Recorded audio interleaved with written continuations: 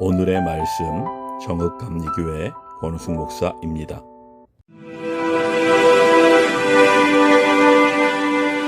이스라엘 자손이 요단 저편 해돋는 쪽 곧 아르논 골짜기에서 헤르몬 산까지의 동쪽 온 아라바를 차지하고 그 땅에서 쳐 죽인 왕들은 이러하니라. 시혼은 헤스본에 거주하던 아모리 족속의 왕이라. 그가 다스리던 땅은 아르논 골짜기 가에 있는 아로엘에서부터 골짜기 가운데 성읍과 길르앗 절반 곧 암몬 자손의 경계 야복강까지이며 또 동방 아라바 긴네롯 바다까지이며 또 동방 아라바의 바다 곧 여메의 베드여시못으로 통한 길까지와 남쪽으로 피스가 산기스까지이며 옥은 르바의 남은 족속으로서 아스다롯과 에드레이에 거주하던 바산의 왕이라. 그가 다스리던 땅은 헤르몬산과 살르가와 온 바산과 및 그술 사람과 마아가 사람의 경계까지의 길르앗 절반이니 헤스본 왕 시혼의 경계에 접한 곳이라. 여호와의 종 모세와 이스라엘 자손이 그들을 치고 여호와의 종 모세가 그 땅을 르우벤 사람과 갓 사람과 므낫세 반 지파에게 기업으로 주었더라. 여호수아와 이스라엘 자손이 요단 이편 곧 서쪽 레바논 골짜기의 바알가스서부터 세일로 올라가는 곳 한락산까지 쳐서 멸한 그 땅의 왕들은 이러하니라. 그 땅을 여호수아가 이스라엘의 지파들에게 구분에 따라 소유로 주었으니 곧 산지와 평지와 아라바와 경사지와 광야와 네겝 곧 헷 족속과 아모리 족속과 가나안 족속과 브리스 족속과 히위 족속과 여부스 족속의 땅이라. 하나는 여리고 왕이요 하나는 베델 곁의 아이 왕이요 하나는 예루살렘 왕이요 하나는 헤브론 왕이요 하나는 야르뭇 왕이요 하나는 라기스 왕이요 하나는 에글론 왕이요 하나는 게셀 왕이요 하나는 드빌 왕이요 하나는 게델 왕이요 하나는 호르마 왕이요 하나는 아랏 왕이요 하나는 림나 왕이요 하나는 아둘람 왕이요 하나는 마게다 왕이요 하나는 베델 왕이요 하나는 타푸아 왕이요 하나는 헤벨 왕이요 하나는 아벡 왕이요 하나는 라사론 왕이요 하나는 마돈 왕이요 하나는 하솔 왕이요 하나는 시므론 무론 왕이요 하나는 악삽 왕이요 하나는 다아낙 왕이요 하나는 무깃도 왕이요 하나는 게데스 왕이요 하나는 갈멜의 용르암 왕이요 하나는 돌의 높은 곳의 돌 왕이요 하나는 길갈의 고임 왕이요 하나는 디르사 왕이라. 모두 31 왕이었더라.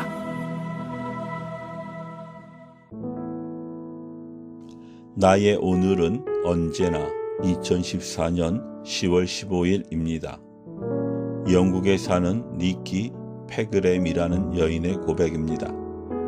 그녀는 어느 날 병원 앞에서 넘어져 머리에 큰 부상을 입고 전향성 기억상실증이라는 병에 걸렸습니다.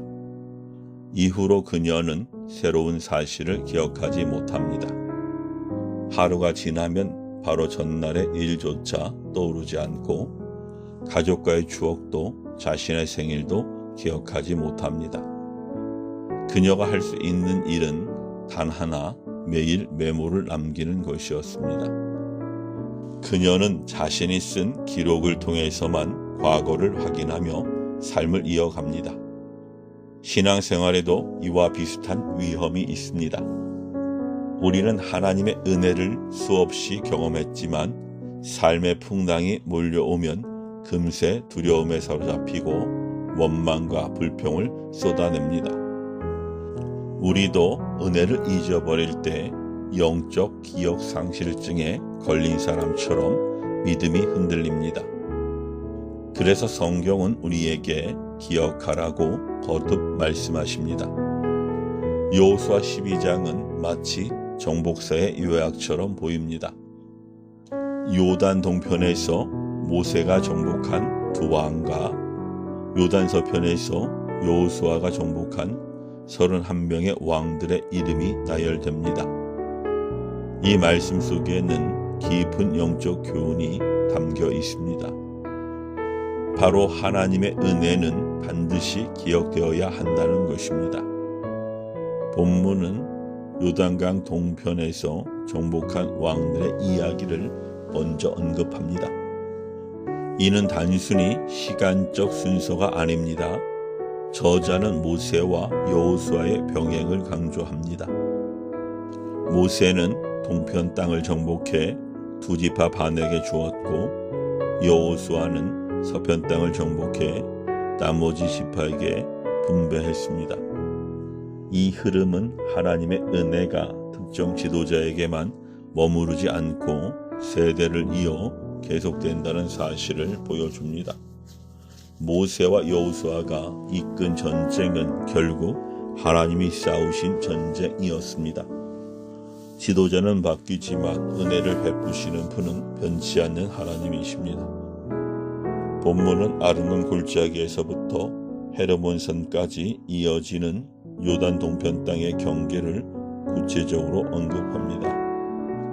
아르논 골짜기, 야복강, 기네롯 바다, 여메, 비스가 산기슭까지 구체적 지명이 등장하면서 은혜는 추상적인 개념이 아니라 실제적 성취임을 강조합니다. 시온 왕과 오강의 이름이 다시 등장하는 것도 같은 이유입니다. 두 왕은 출애굽 2세대에게 하나님이 주신 최종의 승리였고, 그들의 땅은 요단 동편 지파들에게 기업으로 주어졌습니다. 이는 하나님이 그 백성에게 약속하신 안식의 땅이 실제로 부여된 중요한 사건이었습니다. 7절 이후는 여호수아가 요단 서편에서 정복한 왕들의 명단이 이어집니다. 여리고 왕에서 시작하여 31명의 이름이 하나하나 기록됩니다. 이 명단은 하나님의 언약이 이루어졌음을 드러내는 신앙의 고백입니다. 재미있는 사실은 이 명단에는 여호수아서 본문에 직접 나오지 않는 성읍들도 포함되어 있다는 점입니다. 이쯤에서 우리는 질문하게 됩니다. 왜 굳이 왕들의 이름을 하나하나 기록했을까?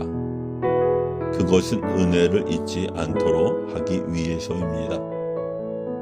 이스라엘 백성은 홍해의 기적을 경험하고도 금세 원망했습니다.